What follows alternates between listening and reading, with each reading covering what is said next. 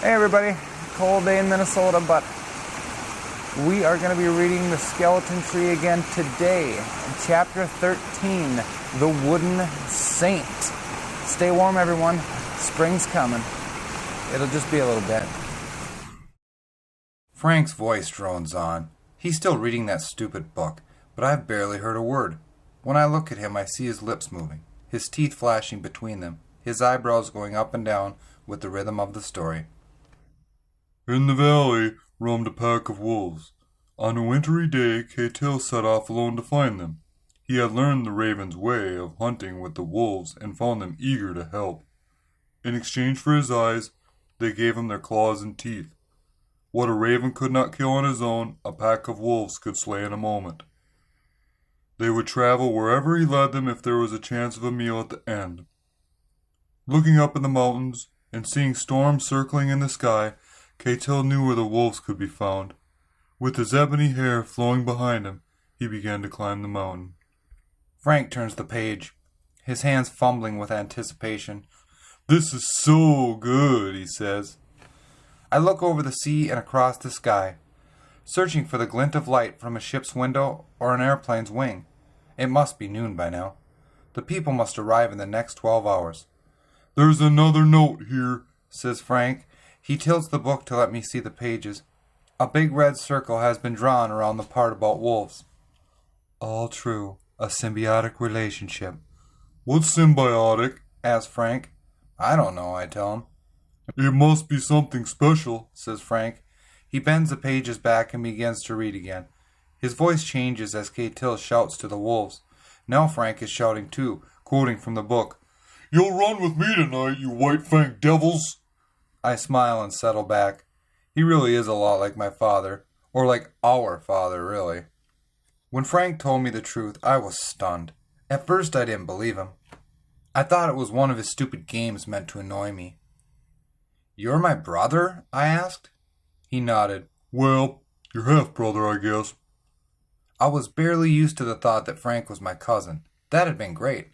I thought one day we might even be friends. But to learn that he was my brother made me angry. "How do you know?" I said. "Because it's true." He spread his hands in a shrug, as though he thought I was stupid for not understanding. "I came to Alaska to go sailing with Jack and my brother." "But how did you know you had a brother?" I asked. "Who told you?" "I don't remember," said Frank. "I didn't know your name or anything, but I knew Dad had another family, because that's where he went when he left." I glared at him. "So why didn't you tell me?" "Because I hated you." "Why?" "Why do you think? Don't be stupid." With that he got up and stormed from the cabin in bare feet. I followed him. He tried to slam the door in my face, but I fended it off. The rain had turned to a drizzle, and we were soaked in a moment, but we went down the trail to the sandy beach. Frank far ahead and me shouting after him, "I never did anything to you!" His voice was muffled by the rain and the forest. "You stole my dad!" I ran to catch up. Frank dragged back the branches along the trail, pulling them so far that they sprang back 4 feet and hit me. He screamed like a toddler having a tantrum. "He was my dad first, and you stole him. He left my mom to be with yours." A branch whacked me in the face. I shoved it away. "What? Like when I was born?"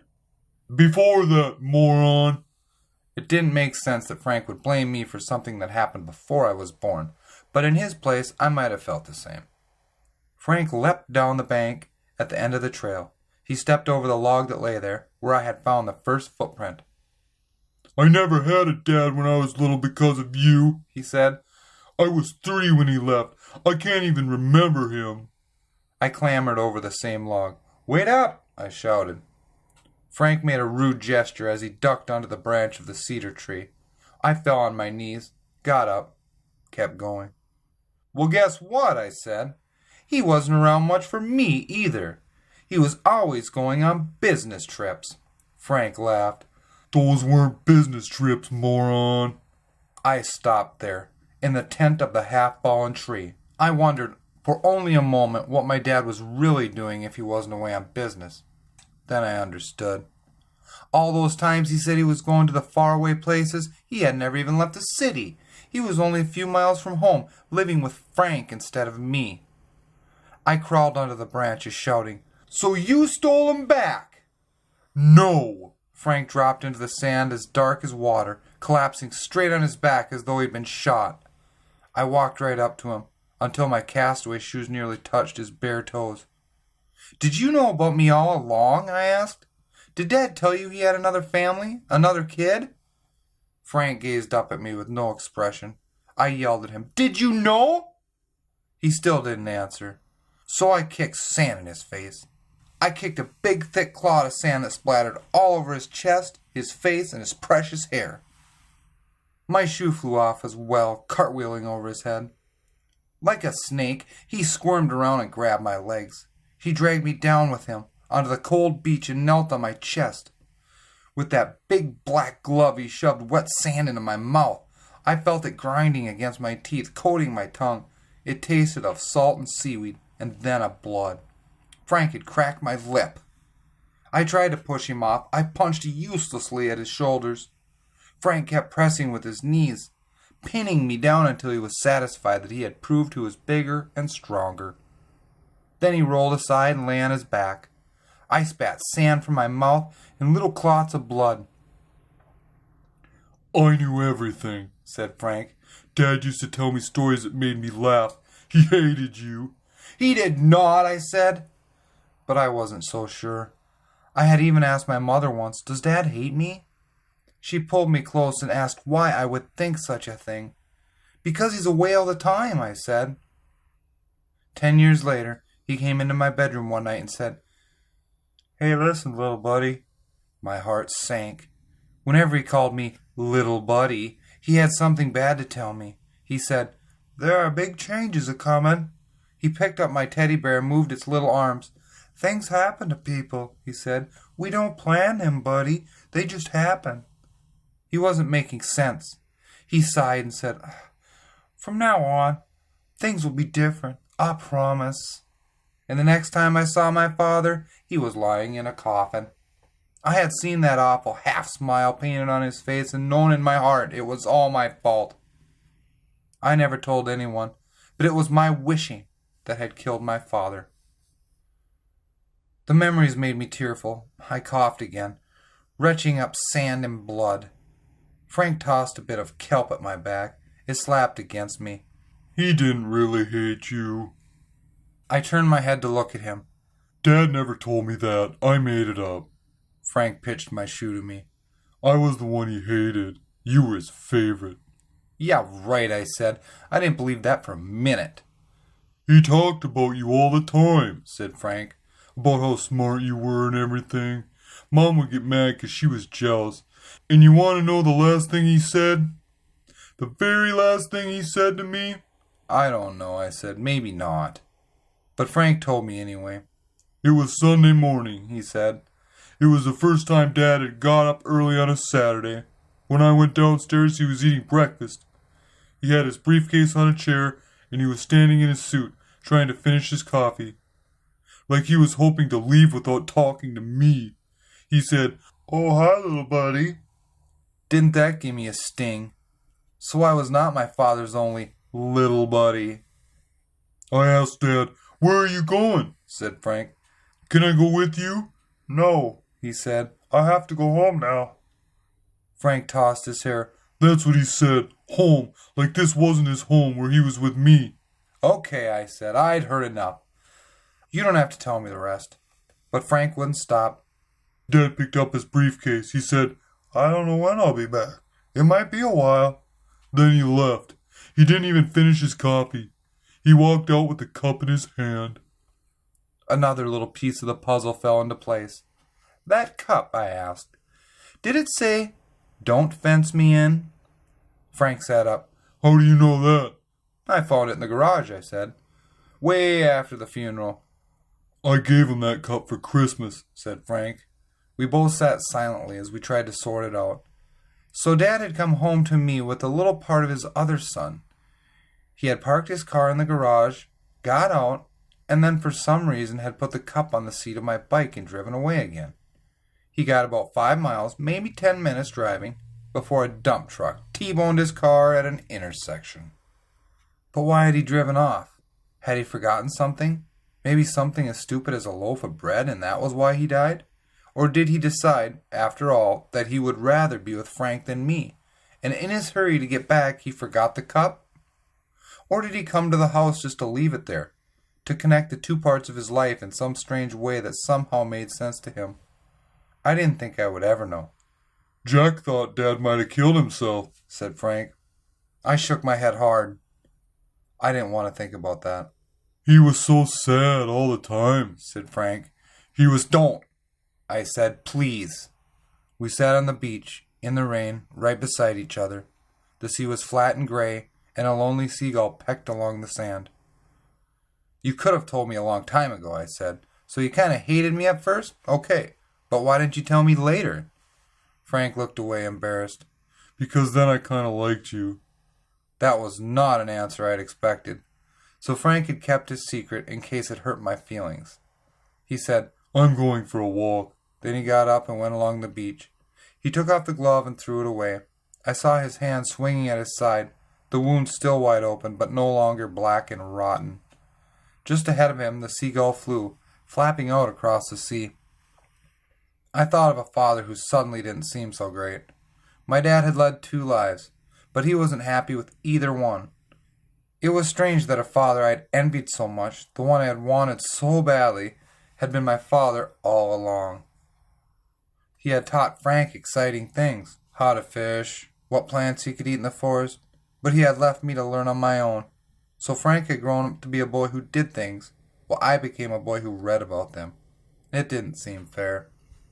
My mother must have guessed right about Dad's secret life, and good old Uncle Jack had definitely known both sides of my father. He had tried to be a friend. He had tried to be a friend to Frank as well as to me. Maybe he felt sorry for us both. I heard Frank yelling at me from along the beach. He seemed excited about something. I yelled back, "What do you want?" His answer was faint. I had to cup my hands to hear him. There's a man over here. Of course, I thought right away of my dream, of my dead father telling me, "Watch for a man." I stood up. I saw them together halfway down the beach. The man was not much taller than the boy and stood absolutely still as Frank walked in circles around him. I ran only a few yards towards them before I understood why. The man was the same wooden figure I had seen tumbling in the surf days before. Now he stood upright with his feet buried in the sand, his back to the forest, holding one hand up as though pointing to the distant place where his journey had started. "You see," I cried. "See what?" said Frank. "I wasn't dreaming. It was true. A man will arrive. I told you so." Frank rapped his knuckles on the man's head. "It's wood." "He's still a man," I said. "He's a saint." "It's a samurai, moron." Well, the man did look Japanese, but to me he was a saint, and he reminded me of the little bird feeder statues in people's gardens. He had bushy eyebrows and a serene expression. From head to toe he was stained with oil, as though he'd swum through a slick to reach us. Around his feet were shiny little rainbows that had dripped from his legs. Frank braced his feet in the sand and tried to push him over. "Don't," I said. "Why not?" I only shrugged, thinking he wouldn't understand. The saint had come across an ocean to save us, and it wasn't right to knock him over. Frank pushed harder. The saint tilted, but it didn't fall. His carved expression, so kind and beautiful, made him seem at peace with whatever happened. Frank shook his head, scattering raindrops from his hair. With a grunt, he threw himself at the wooden man, pulling this way and that like a wrestler, but the saint wouldn't budge. I knew then how the man would serve us, and why it would take 7 days to be rescued. "He wants to be our lookout," I said. "He wants to go swimming," said Frank, still pushing. "Help me." "Wait," I said. "Just listen." I tried to describe my idea. We could only spend a tiny part of each day looking for ships from the shore, but a wooden man could stand there forever, unmoved by wind and surf. He could watch over the sea with that calm expression, waiting day and night for a ship to come. "Admit it," I said. "It's a good idea." Frank made grudging sounds. "From a ship or a plane, he would look like a real person," I said. "It would look better if he held a flag or something," said Frank. At night he could hold a torch. Come on, let's take him to the point. So my idea became Frank's idea, and then it was a good one. We both dug our feet into the sand to topple the saint, but now he came down easily, practically falling into our arms. He weighed a ton, and the oil made him slippery. Frank only had one good hand. We had to drag the wooden man down the beach, his feet leaving long gouges in the sand. We hauled him along the trail, working together to keep him from snagging on sticks and bushes. I remember how we'd wrestled with Uncle Jack Stingy and Kodiak, and I was glad that I was now working with Frank instead of against him. We placed the saint at the edge of the rocks, under a sky filling with ugly clouds. Another storm was on its way. We piled up rocks that the saint could rest against, and in his hand we tied long streamers of red plastic. In the first puffs of wind they lifted from the ground like writhing serpents. In an hour the wind was blowing hard and steady. Rain swept through the trees and over the cabin with a sound like radio static. Inside we sat in our usual places, not talking, as though nothing had changed. Without a word, Frank got up and put on his jacket and cape. "Where are you going?" I asked. Fishing, he said. I stood up to go with him, but as soon as I took the cape from its peg, Frank tore it from my hands and tossed it to the floor. I'm going alone, he told me. "Why?" "'Cause I want to," he said. "Don't ask questions all the time." I watched him walk away. He kept his head down as he plowed through the wet salal bushes, and I found it strange to think that he was my brother, my big brother. The idea made me laugh. I looked after him while he was sick. I'd offered to help him, but he hadn't even thanked me. I couldn't hardly wait to be saved so that I would never have to see him again. I kicked my capes into the corner and took Kate Till, the raven hunter, from the shelf. I started settling into my old place on the floor until I realized what I was doing. There was a bed and a mattress right there, but I was lying like a dog on a hard wooden floor. I'd had enough of that. I stepped boldly right up to the bed and sat, leaning back against the wall. I sank into the foam, wriggling until I was comfortable. Then I opened the book and started reading. It was the height of the northern summer, and K-Till was 6 weeks old. Storm told him, in the raven language, "Now you learn to fly." Through 7 days and 7 nights, K-Till stood at the edge of their nest. His arms spread wide, he teetered there 60 feet above the ground. His raven parents shouted encouragement, but it was up to K-Till to know when he was ready. When he believed he could fly, he could fly. As the sun went down, so did K-Till, falling, flapping and falling, his arms a blur, his foot hitting a branch, his shoulder striking another. K-Till tumbling now, K-Till screaming. I laughed. I was supposed to feel sorry for K-Till, but I saw Frank in his place. Poor Frank, trying one of his great schemes. The cabin guy had not been impressed. He wrote on the page, "Oh, please." Little K-Till lay bleeding on the forest floor, and his parents plunged from the nest to help him. They dragged him into the bushes, into the ferns they pulled him, hiding him there from owls and vultures. All night they worked to heal his wounds. There's magic in the forest for those who know its secrets. Using knowledge born inside them, knowledge shared by every wild-born creature, the ravens gathered mushroom caps, beetle hearts, the bark of pine, the dung of the yearling deer. In their beaks they chewed these things, and in their stomachs ground them up. And bending over K-Till, coughed the medicine into his wounds. The cabin guy had made no comment. He might have found it too stupid to think about, or he might have known it was possible. He might have believed it. I did. I remember how Thursday had hunched over Frank's wounds, and it was exactly the same in the story. My raven had cured Frank, and I chased him away. I felt sick thinking about what I'd done. I pictured Thursday in the forest, bewildered and sad. I didn't wait a minute to go out and find him. I put the book on the shelf, pulled on my capes, and went out in the storm. I looked everywhere, but I couldn't find Thursday. I searched until dark. When I got back to the cabin, Frank was already there. He had 3 skinny salmon hanging from the ceiling, and he was roasting another on the fire. Its dripping grease made sizzling flames and dark smoke. I hung up my cape. "Where were you?" Frank asked. "Looking for Thursday." "Why bother?" I pointed to the shelf. "I was reading the book." "So what?" "There's magic in the forest," I said, quoting from the story. He frowned for a moment, then rolled his eyes. Come on, Chris. It's a story. "But it's true," I said. "You know it's true." Frank kept working with the fish. So there's vultures in Greenland? Ravens talk like people? "Well, it's not all true," I said. "But I think it's done," said Frank, poking at the salmon. It sure looked done. It was black and blistered like a chunk of old charcoal. I decided there was no point in arguing with Frank about magic. He just could not believe in things like that. At least he hadn't gotten angry.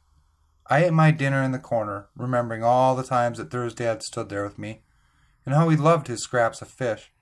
I would have done anything to bring him back, or to travel through time and undo what I had done. On the bed, Frank flexed his fingers, and he stared at his hand. He turned it back and forth, and for once I could look at his face and tell exactly what he was thinking. He said, "All right. If that raven comes back, you can let him stay."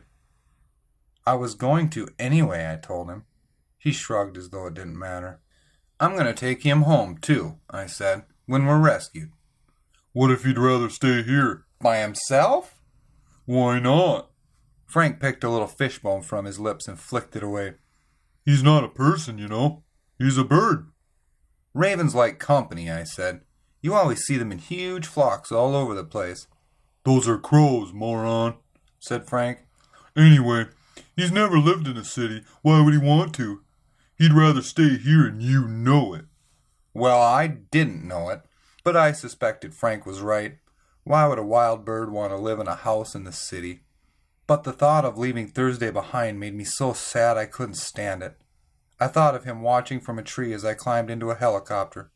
He wouldn't understand why I was leaving. What if he tried to follow the helicopter, flying frantically over the sea until it couldn't fly any further? Even worse, what if he didn't come back before we were saved? He would return to an empty cabin, bursting through the window, excited to see me.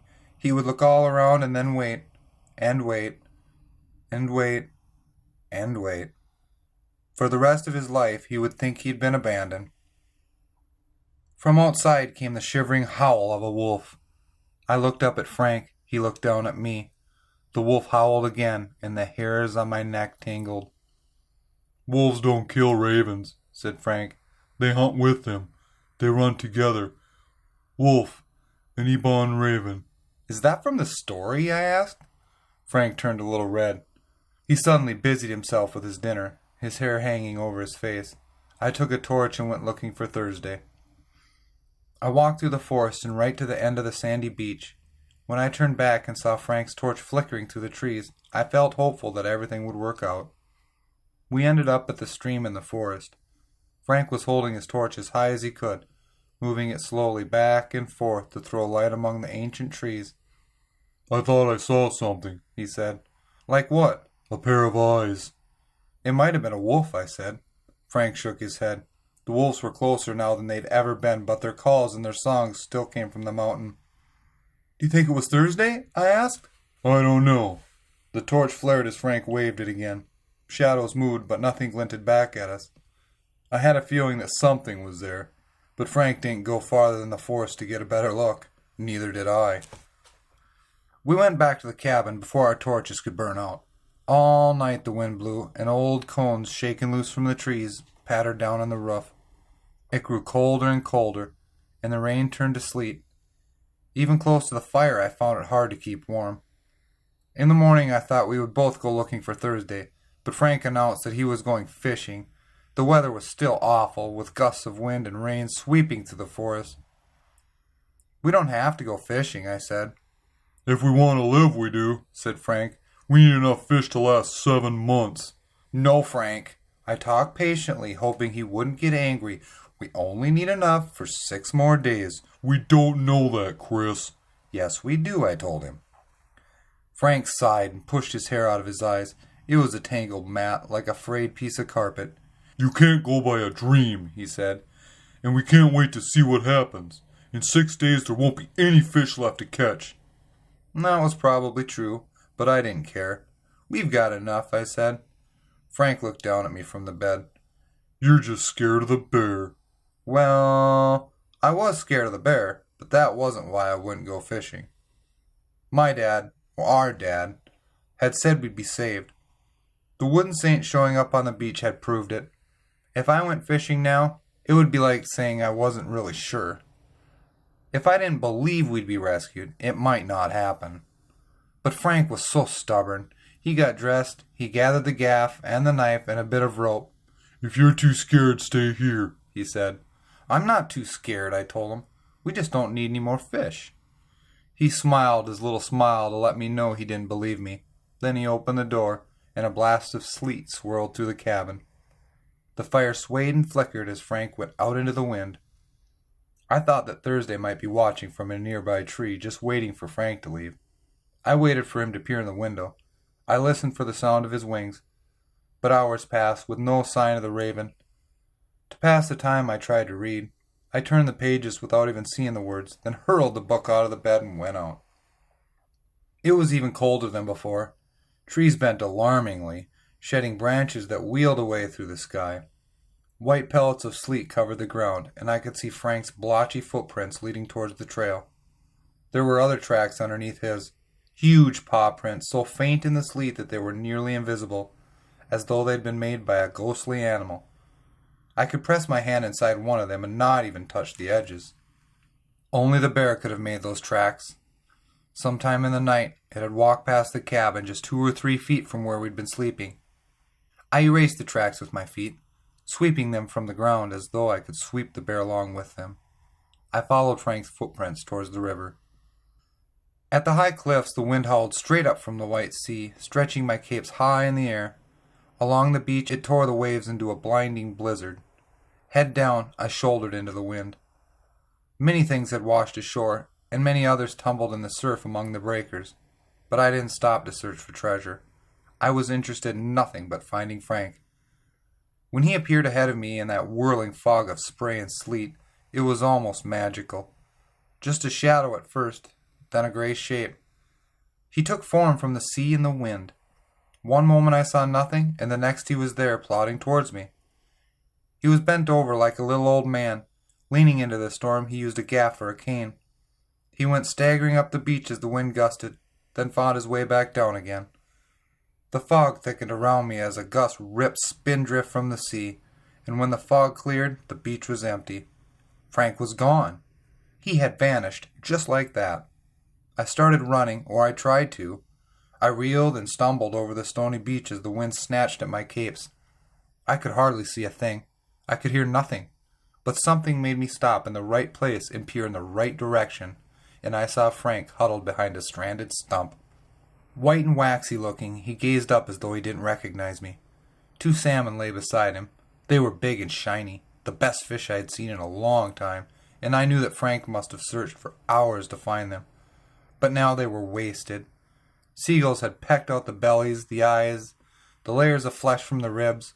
It made me sad to think that Frank had carried them so far, but couldn't keep the birds from eating them. As I held out my hand to help him, I remembered our first morning in Alaska, when he would hardly let me near him.